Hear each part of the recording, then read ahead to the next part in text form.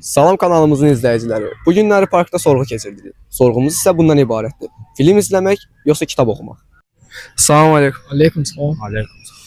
Biz şəhərimizdə kiçik bir sorğu keçirdik. Sorğu bundan ibarətdir. Film yoxsa kitab? Film. Niyə məhz kitab yox, film? Kitap çok sıxıcıdır, necə deyim sənə. Film çox maraqlıdır. Adam ürəyi açır. Mehribansızlıq hələ filmdən başlayır. Bəli. Çox sağ olun. Salam aleyküm. Aleyküm selam. Biz şəhərimizdə kiçik bir sorğu keçirdik. Sorğu bundan ibarətdir. Film izləmək yoxsa kitab oxumaq? Hərəsinin öz yeri var əslində. Əgər zövq almaq istəyirsinizsə, filmə baxmanızı tövsiyə edirəm. Əgər məlumat toplamaq istəyirsinizsə, kitab oxumağınızı tövsiyə edirəm. Sizcə hansıdır? Məncə film. Çox sağ olun. Salam aleyküm. Aleyküm. Şəhərimizdə sorğu keçirdik. Sorğu bundan ibarətdir. Film yoxsa kitab? Film. Məncə də film.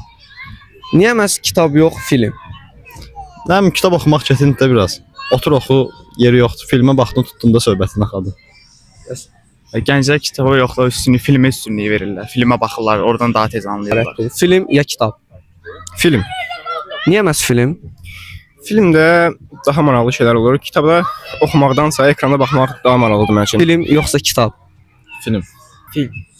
Niyə məhz film, kitab yox? Kitab daha çox sıxıcıdır. Yəni filmdə görsəllər falan var, daha ləzzət eləyir. Yəni film izləməyi mən daha çox sevirəm.